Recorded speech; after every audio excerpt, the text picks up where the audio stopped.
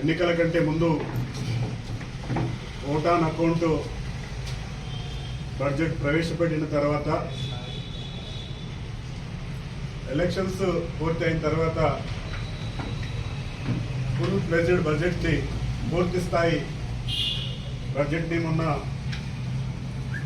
July 23 తారీఖున ప్రవేశపెట్టి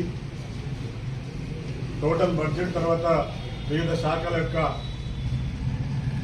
పద్దులపైన కూడా చర్చలు జరిగినాయి.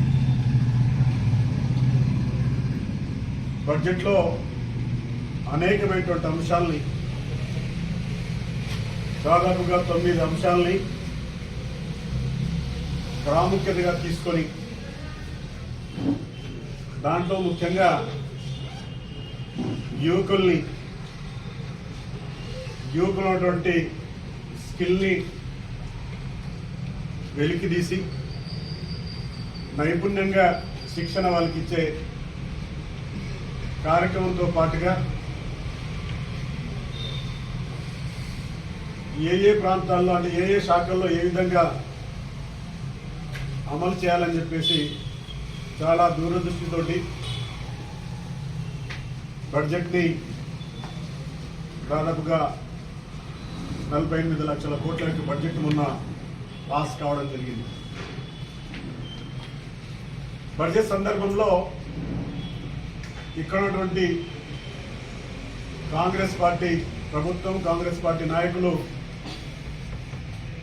అనేకమైనటువంటి మాటలు విమర్శలు చేశారు.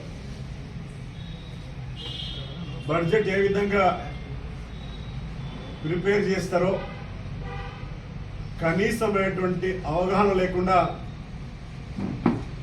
కాంగ్రెస్ పార్టీ నాయకులు మా రాష్ట్రానికి ఏం రాలేదు అని చెప్పేసి మాట్లాడడం చాలా విడ్డూరంగా ఉంది. కానీ మేధావులు చదువుకున్న వాళ్ళకి తెలుసు ఏ విధంగా బడ్జెట్ ప్రిపేర్ అవుతుంది, ఏ విధంగా రాష్ట్రాలకి డబ్బులు ఇచ్చే కార్యక్రమాలు ఉంటాయి. మేధావులందరూ కూడా, చదువుకున్న వాళ్ళందరూ కూడా అందరూ అర్థం చేసుకున్నారు.